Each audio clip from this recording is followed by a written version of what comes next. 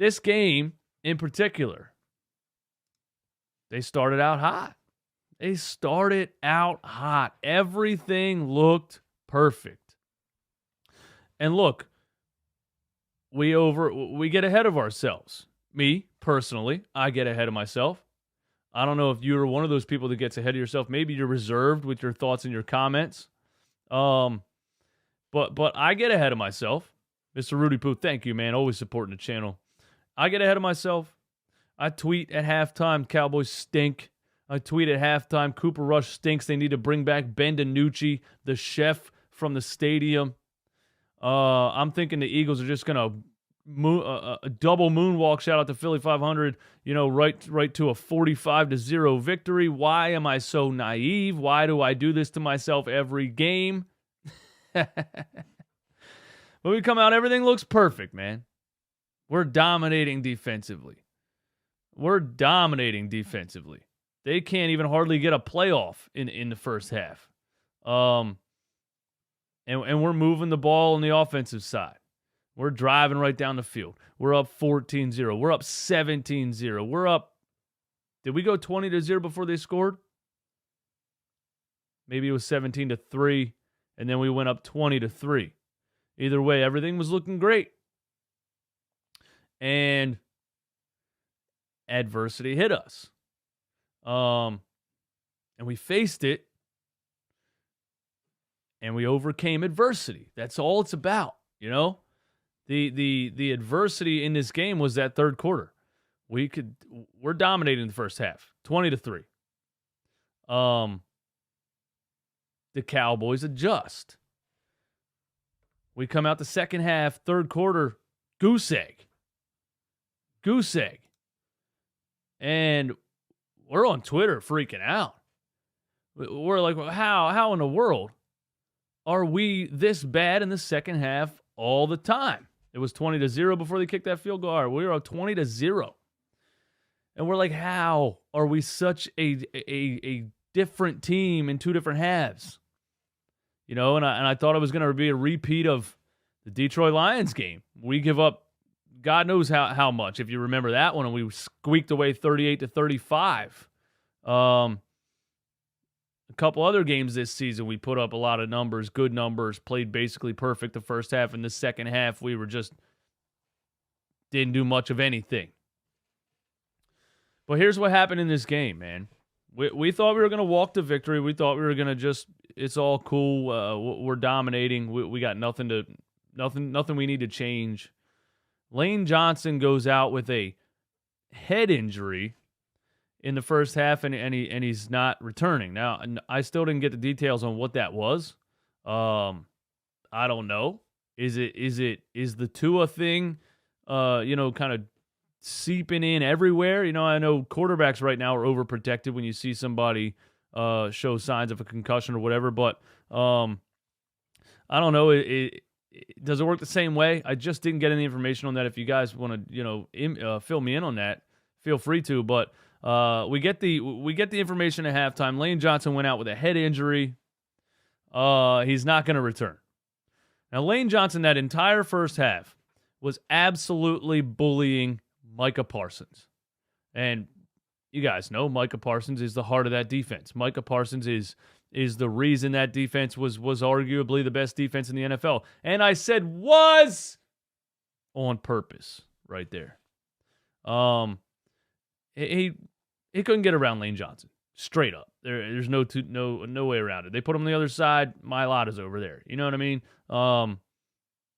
And Lane Johnson goes out and he's not coming back the second half. So they tell us Jack Driscoll will be filling in for him in the second half, and we're like, oh shit.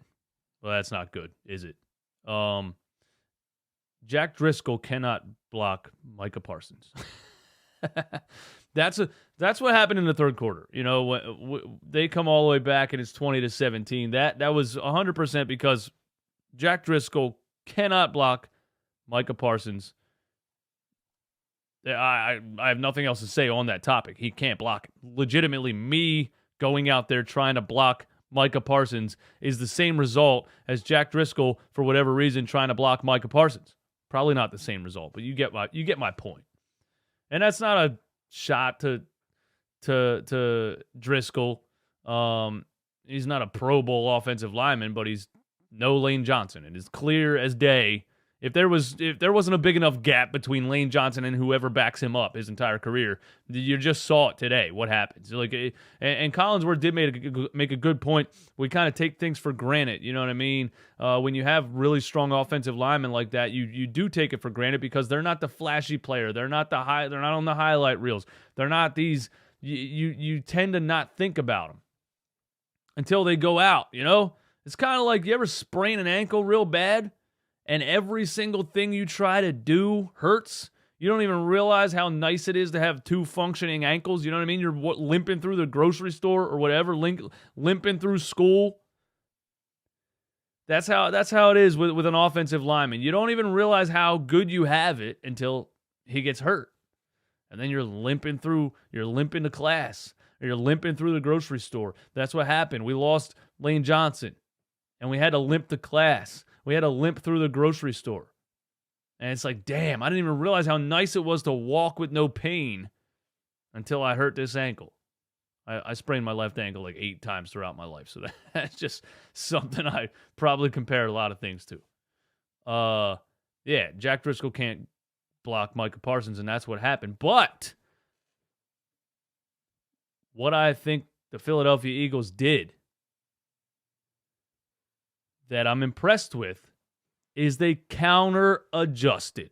That's what I'm sitting here at third quarter. I'm watching it happen.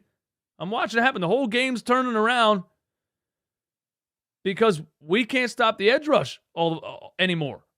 I mean, Lane Johnson going out, that's it. The whole game turns around because we couldn't stop the edge rush. We're just dropping Hurts back in the pocket. He's running for his life, or he's getting hit, or he's running and throwing the ball out of bounds. And he's getting hit again. And Nick Sirianni went in there after the third quarter and he had counter-adjusted. I mean, I don't think it's rocket science or anything, but they were bringing the rush on the edges, on the outside, and we said, okay, let's come out this drive and attack up the middle. And we came out in the fourth quarter, attacked up the middle. I felt that drive in the fourth quarter that swung the momentum back in our favor. I feel like we didn't throw the ball at all. I feel like we were just run. They couldn't stop it. We get a Hurts QB sneak on 3rd and 1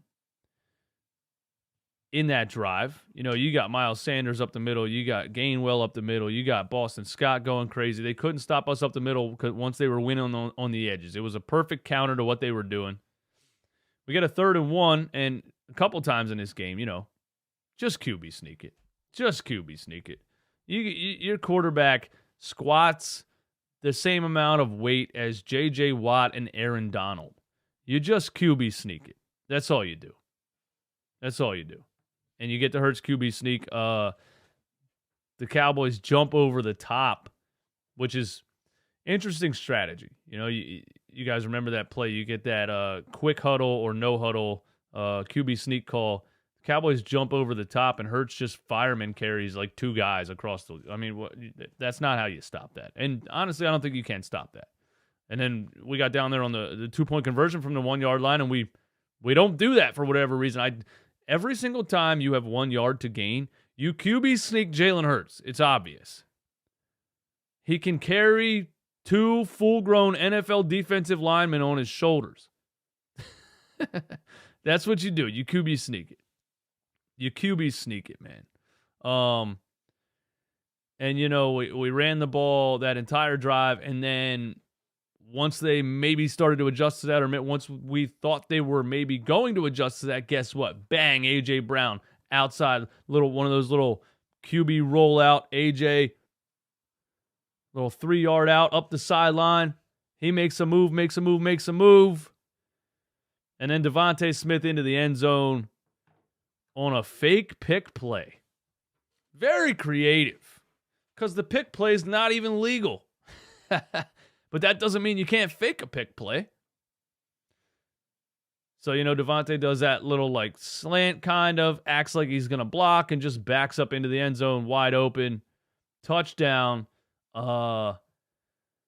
Trayvon Diggs throws his helmet, gets 15 yards. We accept the penalty on the 2-point conversion try.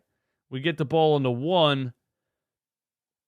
I don't know why Steichen he just tries to be too cute sometimes. We're 6-0. I love it. I love everything that's happening in this season so far. But I still think he's just a little bit too cute sometimes, man. Just sneak the damn thing. No, we run some kind of what the hell was it called? I don't know what it's called, man. A motion sweep or some BS. And we get stuffed. But anyway, the Cowboys get a couple more tries and we hold them, man.